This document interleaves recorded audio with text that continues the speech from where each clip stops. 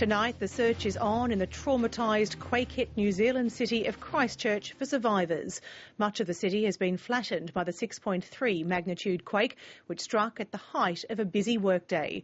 At least 65 people have been killed and hundreds more are injured. The ruined city is expected to reveal many more dead in coming days.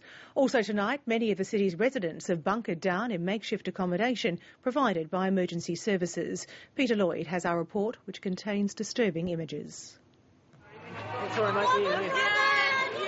This was Christchurch at lunch hour. People running for their lives as buildings tumbled.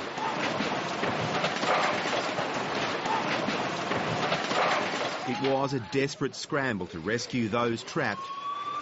Grab his legs, mate. Grab his legs. I'll chuck the helmet here. But this time there will be many casualties. It is one of the worst natural catastrophes in New Zealand's history. I hit with the table, the table in the restaurant. And 2-3 people just fallen on me. So.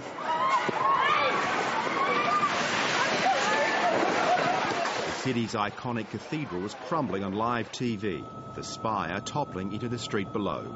I was on the second floor of the BNZ building. To actually see the top of the cathedral come down I've never seen anything like it in my life. To actually see it topple in front of the cathedral, to see the dust and have people running out underneath that dust there's just no words, to be quite honest. It was absolutely awful.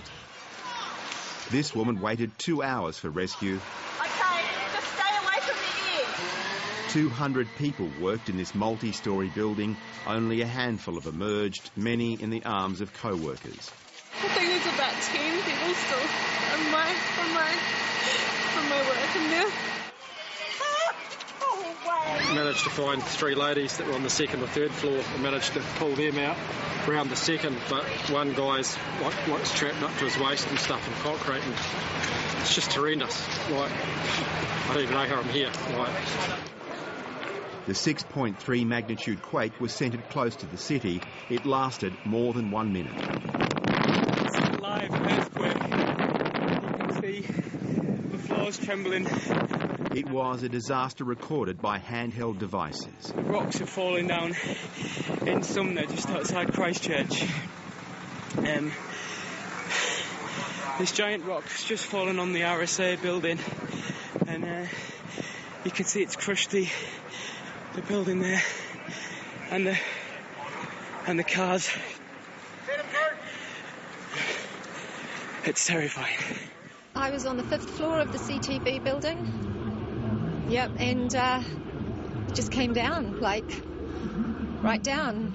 I was buried under part of the ceiling, and when I looked out, I saw that we were on the road and people were looking at us. And so it all fell and came down on us, and I could feel it collapsing underneath. So we are on the 5th floor, it was collapsing, and then it opened to the side. Actually, and that was the moment when I thought, we are probably safe, because I could feel some air coming in, and then looked down, and we were, as Liz said, we were on ground level. So the whole building had collapsed to ground level. And then there were helpers straight away from the street, people coming and helping us out. Accounting for the number of dead and missing could take some time. Can you call out to us, please? Hello?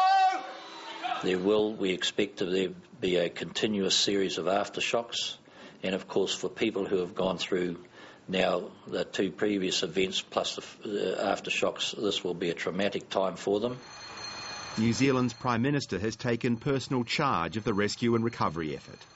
Look, while we are doing everything we possibly can, I want to give people an absolute reassurance that we're dispatching as many people as we can. We've got about 180 police working on the ground here, 200 extra police coming in, 350 military people with another 250 on their way, and we've accepted offers from Australia and the United States to send specialist people down here.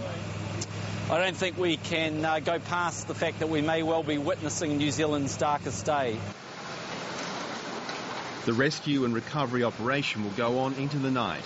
Emergency crews scouring downed buildings in central Christchurch looking for signs of survivors, emerging instead with bodies.